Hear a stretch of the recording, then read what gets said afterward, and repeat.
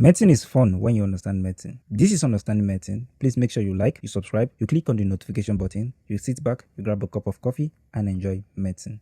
In the previous video, we explained the overview of thalassemia and how destruction of red blood cells and subsequent anemia occurs. We also mentioned that based on which globin chain is absent or decreased, thalassemia can be divided into two groups. Alpha thalassemia when the problem is with the alpha chains, and beta thalassemia when the problem is with the beta chains. In this video, we will discuss in-depthly about beta thalassemia. In beta thalassemia, there is decrease or absent production of beta globin chains due to a problem with the beta globin gene. Recall, beta globin gene produces beta globin chain. The first two questions are, where exactly is the beta globin gene and what exactly is the problem? Medicine is all about asking questions and answering the questions where, when, how, and so on. The beta globin gene is located on chromosome 11. Recall, humans are diploid, hence we have 2 chromosome 11, and there is 1 beta globin gene on each chromosome 11, hence making a total of 2 beta globin genes, and each of these beta globin gene is called an allele. You really need to understand this part. Watch it again if you have to.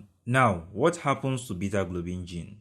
In beta thalassemia, there is point mutation in the beta globin gene, such that the production of beta globin chain is affected, as opposed to alpha thalassemia, which is gene deletion. Various levels in the production of the chains are affected, which includes and so on. We will dive into details of this in subsequent videos. All these culminate to cause either decreased or absent production of beta globin chains. If there's absent production of beta globin chains, it is called beta not thalassemia. If the beta globin chains are being produced but in reduced quantity, it is called beta plus thalassemia. There are 3 clinical forms of beta thalassemia based on the severity of anemia. The first is beta thalassemia major, which is also known as transfusion-dependent thalassemia. The second is beta thalassemia intermedia, which is also known as non-transfusion dependent thalassemia. The last is beta thalassemia minor, which is also known as thalassemia trait. Now let's talk about beta thalassemia major. This form is characterized by severe anemia, which requires regular transfusion therapy. In beta thalassemia major, both allele, which is both globin genes, are affected, which is the homozygous state when the same mutation occurs on both genes, or compound heterozygous state when different mutations occurs on both genes. Recall, 2 things can occur to a beta globin gene. It's either there is no production, which is called beta not thalassemia, or there is decreased production, which is called beta plus thalassemia. Having that in mind, in beta thalassemia major, 3 scenarios can occur. The first, both genes or allele produces no beta globin chain, which will be represented as beta naught and beta naught.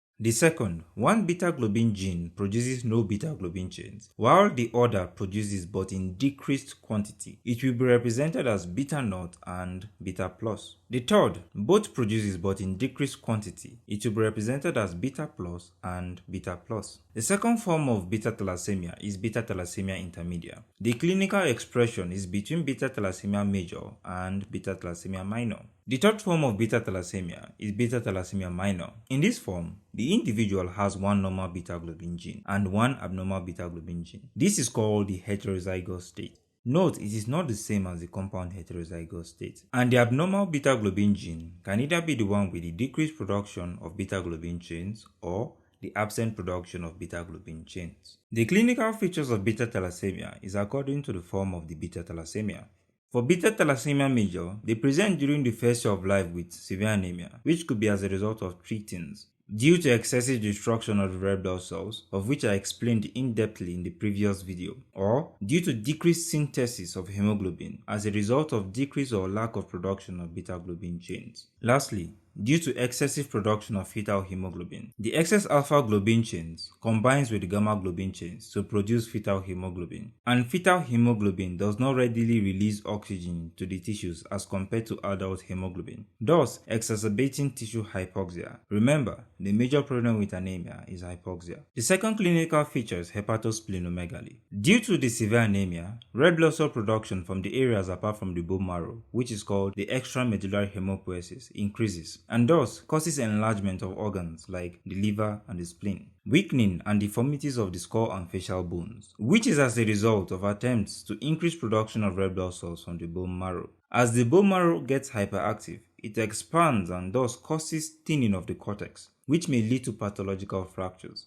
The deformities of the skull and facial bones, such as frontal bossing and overgrowth of the maxilla, gives rise to the classic thalassemic facie, also known as the chipmunk facie. Skull X-ray in these children show hair-on-end appearance as a result of expansion of the bone marrow into the cortical bone. The fourth is iron overload. As a result of ineffective erythropoiesis, iron absorption from the intestine increases in attempts to increase red blood cell production. And also, chronic regular blood transfusion therapy increases the iron accumulation and causes iron overload. The excess iron results to damage of parenchymal cells of various organs. For example, damage to the pancreas leads to diabetes mellitus. Damage to the liver leads to cirrhosis. To the gonad, it leads to infertility. To the heart, it leads to arrhythmia and cardiac failure. Last, but definitely not the least, is repeated infections. Increased serum iron levels favors bacterial proliferation and hence leads to repeated infections. Untreated patients usually die from anemia or infections before 5 years of age.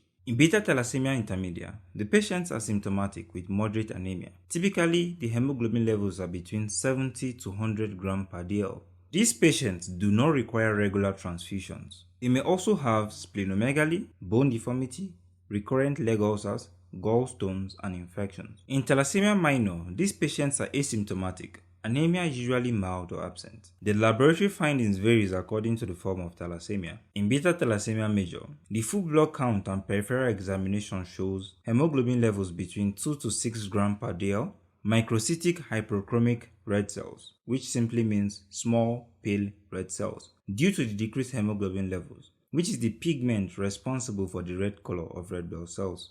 There is also reticulocytosis between 5 to 15%. On peripheral blood smear, the red blood cell shows anisopoikilocytosis, severe hypochromia, target cells, Howell-Jolly bodies, basophilic stipplings, and nucleated red cells. HB electrophoresis shows increased fetal hemoglobin, typically between 10 to 98%. The excess alpha chains combines with the gamma chains due to increased production of gamma chains. Hemoglobin A2 may be normal or elevated. The bone marrow examination shows severe erythroid hyperplasia. The red blood cell lineage is actively working to produce red blood cells, hence the hyperplasia.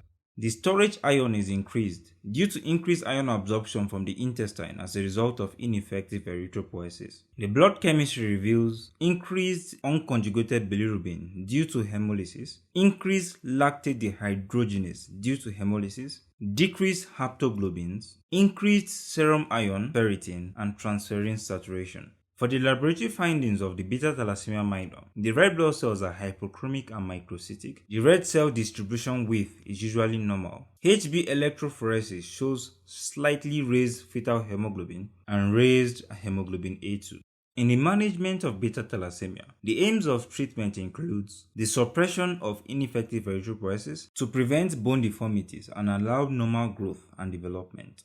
The treatment includes long-term folic acid, regular transfusion therapy every 4 to 6 weeks. Hemoglobin levels should be kept above 100 grams per liter. Splenectomy is also a treatment option, which is usually done after 6 years of age due to the risk of infections. Definitely iron chelation therapy due to the increased iron absorption and regular blood transfusion. The standard is oral deferoxyrox followed by subcutaneous desferrioxamine.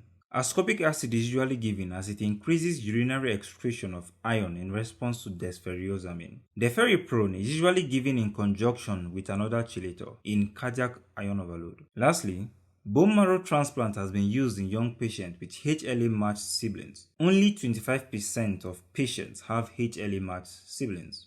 So if you made it to the end of this video, either I taught well or you are very patient. Anyways, this is just the tip of the iceberg. This is the middle of the night. I have to go and sleep. Take care.